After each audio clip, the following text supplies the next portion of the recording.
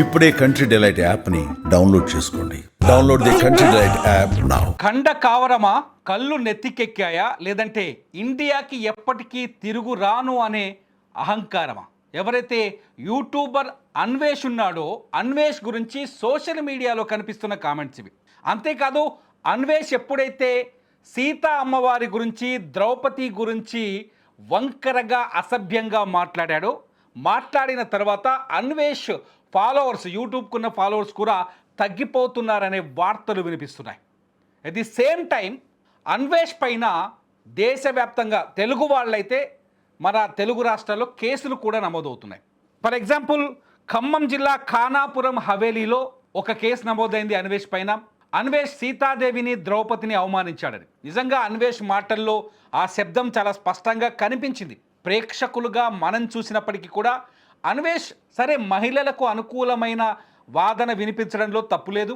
శివాజీ అనసూయ వివాదంలో అన్వేష్ ఎవరి పక్క నిలబడ్డా మనకు అభ్యంతరం లేదు. కానీ ఇతిహాసాలని అట్లాగే దైవ సమానులుగా కొలుస్తున్న సీతా అమ్మవారిని, ద్రౌపదిని కూడా అవమానించే భాషలో మాట్లాడడం నిజంగా ఎవరు జీర్ణించుకోలేని పరిస్థితి అన్నది హిందూవాదం, హిందూ పక్షవాదుల అభిప్రాయం. ఈ నేపథ్యంలోనే అన్వేష్కి సరే, ఆయన యూట్యూబ్ ఛానల్ నుంచి సబ్స్క్రైబ్ చేయడం పక్కన పెడితే అన్వేష్ పైన కేసు పెట్టిన ఒక సాధారణ ఉద్యోగి సత్యనారాయణ, ఈయన ఖమ్మం జిల్లా ఖానాపురం హవేలీ పోలీస్ స్టేషన్లో కేసులు పెట్టారు సత్యనారాయణ గారు. ఆ సత్యనారాయణ గారు ఎందుకు హట్ అయ్యారు, అన్వేష్కి ఏం చెప్పాలనుకుంటున్నారు ఈ కేసు ద్వారా అనే విషయాల్ని నేరుగా సత్యనారాయణతో మాట్లాడదాం. సత్యనారాయణ గారు నమస్కారం సార్. నమస్కారం అండి. సత్యనారాయణ గారు, నా పేరు తిరుమల రెడ్డి, నేను సుమన్ టీవీ న్యూస్ ఎడిటర్ని. సత్యనారాయణ గారు, ఎందుకు అన్వేష్ మాటలు మిమ్మల్ని ఎక్కడ బాధింపజేశాయి? మీరు ఒక హిందూ సంఘాలకు సంబంధించిన వ్యక్తి కాదు, లేకపోతే రాజకీయ పక్షవాది కాదు, ఒక ప్రైవేట్ ఉద్యోగిని అని చెప్తున్నారు. మీరు వెళ్ళి నేరుగా ఖానాపురం హవేలీ పోలీస్ స్టేషన్లో కేసు పెట్టారు. అసలు మిమ్మల్ని ఎందుకు బాధించాయి ఆ మాటలు? అసలు మీ ఉద్దేశం ఏంటి కేసు పెట్టడానికి? అసహ్యకరమైనటువంటి అభద్రత భావానికి లోను చేసేటువంటి లేదా చాలా వల్గర్ కంటెంట్ ని ఒక ఎక్స్ప్లెయిన్ చేస్తూ ఒక వీడియోలో, అలాంటి వీడియోలో అమ్మవారి పేర్లను తీసుకురావడం నాకు చాలా బాధగా అనిపించిందండి. అయితే ఇప్పుడు ఇది కేవలం అంటే అమ్మవారి పేరుని తీసుకురావడం అనేది చాలా చిన్న విషయం ఏం కాదు. చాలా పెద్ద విషయం. అమ్మవారి గురించి మాట్లాడుతున్నాము అంటే కొన్ని వేల కోట్ల ప్రజల గుండెల్లో అమ్మవారు అంటే సొంత ఆవిడే తల్లి. మన తల్లిని కూడా పుట్టించింది ఆవిడే. జగన్మాత అనేటువంటి ఒక భావనతో హిందువులు కొలుస్తున్నాం మనం.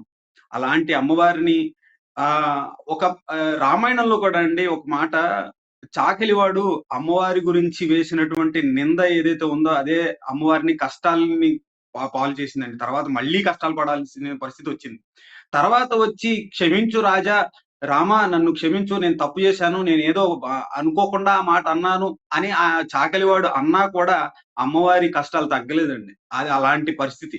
ఇప్పుడు ఈయన వచ్చేసి అమ్మవారి గురించి అదే మాట మళ్ళీ అలానే పునరావృతం చేసి సీత నేను ఆ మాట అనలేకపోతున్నాను, ఆ విధంగా జరిగింది అని ఆయన అనడం చాలా తప్పు. ఎందుకంటే అది మా రామాయణం, వాల్మీకి రాసినటువంటి రామాయణాన్ని అన్వేష్ ఒక పవర్ఫుల్ యూట్యూబర్. అన్వేష్ ఏది మాట్లాడినా కోట్లాది ప్రజలు ఆయన్ని ప్రభావితం చేయగలుగుతాడు.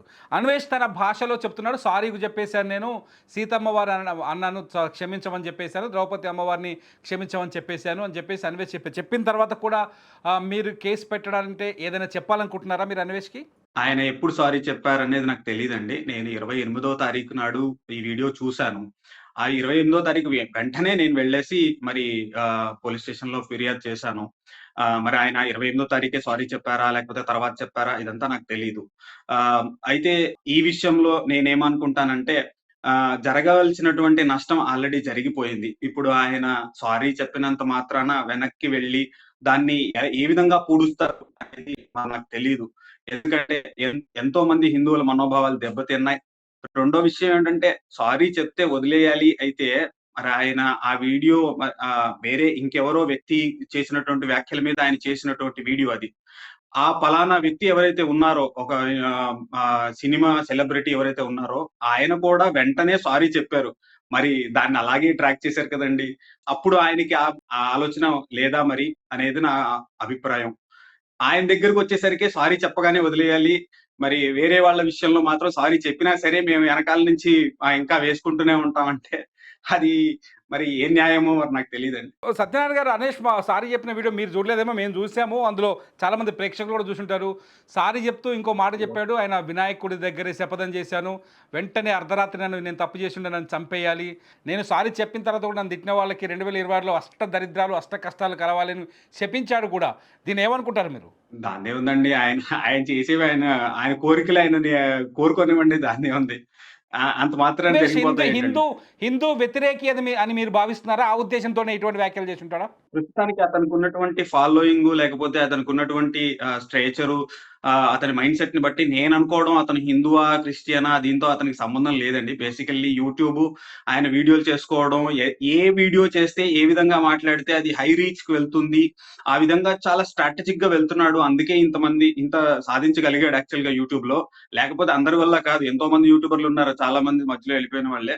కాకపోతే అది నేను అనుకోవడం అతను ఆ విధంగా స్ట్రాటజీలోనే ముందుకెళ్తున్నాడని నేను అనుకుంటున్నాను. కాకపోతే దానివల్ల ఎన్నో వర్గాల వాళ్ళకి విరోధిగా మారుతున్నాడు. వీడియోస్ అంటున్నారు కాబట్టి ఈ సందర్భంలో ఈ క్వశ్చన్ అడుగుతున్నాను. అన్వేష్ వీడియోల్లో తెలుగు భాషలో ఉన్న బూతులన్నీ ఉంటాయి.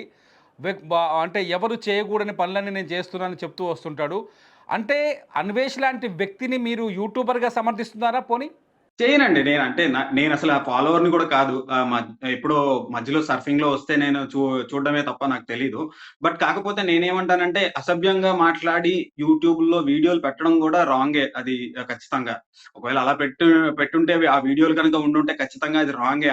అలాంటి వీడియోలు చేసే బదులు చక్కగా వేరే ఏదైనా జాబ్ చేసుకోవడం బెటరు మేబీ అనుకుంటున్నాను.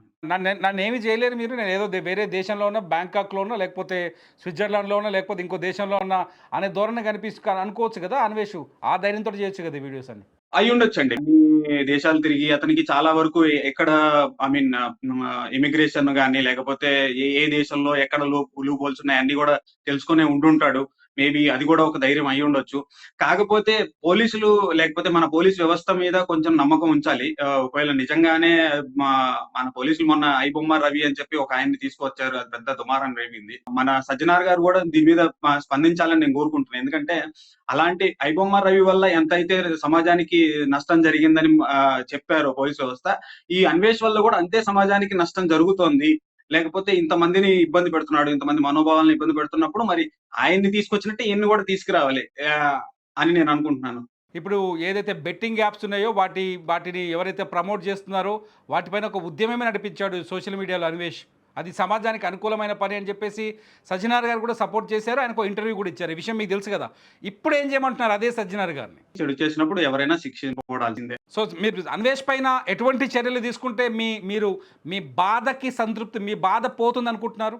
ఇది నా వ్యక్తిగత బాధ కాదండి. అది తప్పు. ఒక ఇతిహాసాన్ని వక్రీకరించే పరిస్థితి ప్రభావం జరుగుతుంది. ఎందుకంటే అంటే కాసేపు అన్వేష్ అనే వ్యక్తిని పక్కకు పెడితే నార్మల్‌గానే ఎన్నో విద్రోహ శక్తులు ఈ యొక్క హిందూ దేవీ దేవతల గురించి, లేకపోతే ఇతిహాసాల గురించి, పురాణాల గురించి వక్రీకరించి రాయడం, లేదా సంభాషించడం, చెప్పడం, ప్రచారం చేయడం జరుగుతున్నాయి.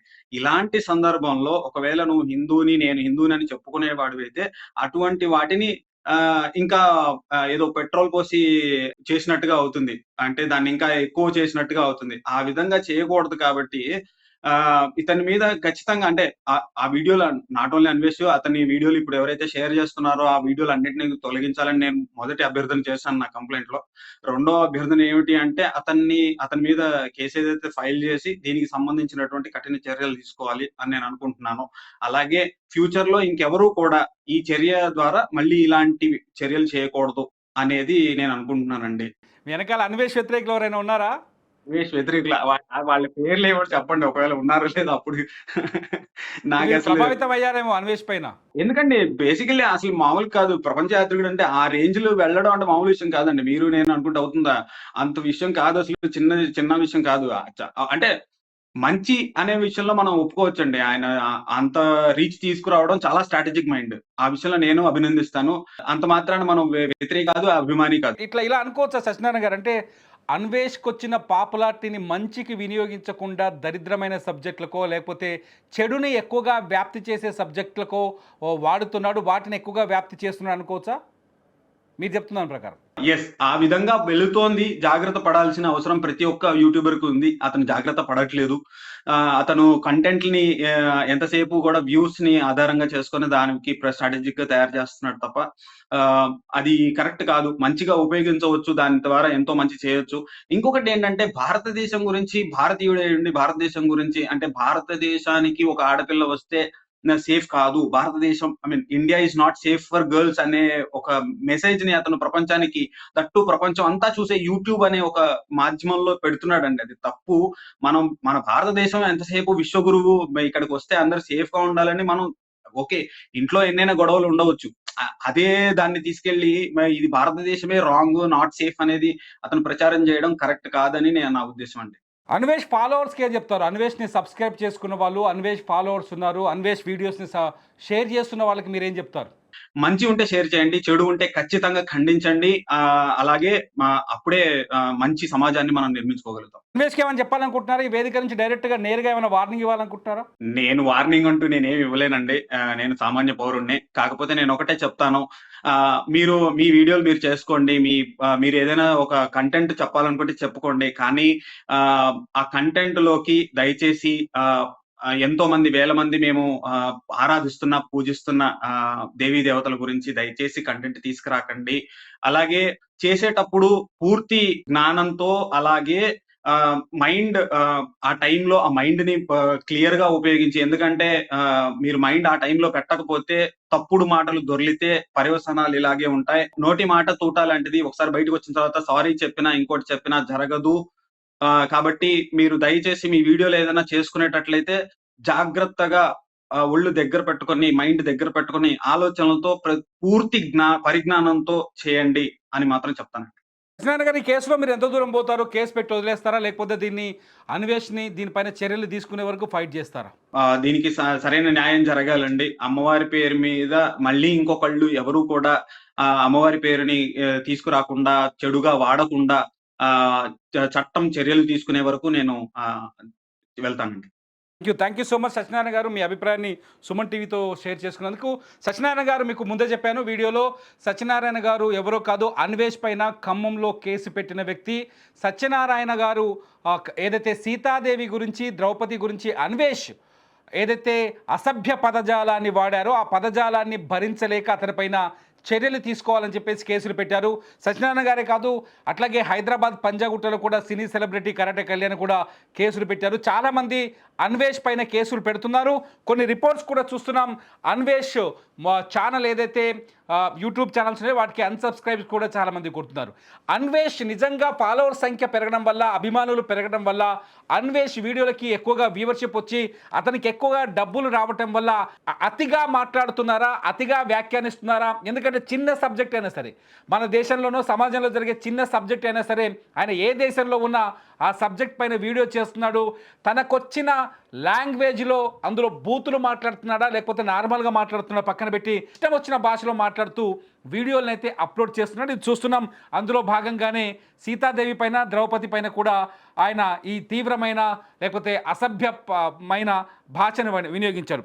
అన్వేష్ని ఏం చేస్తే కంట్రోల్ చేయగలం? నా ప్రశ్న ఏంటంటే, అన్వేష్ని ఏం చేస్తే కంట్రోల్ చేయగలం అని మీరు భావిస్తున్నారు?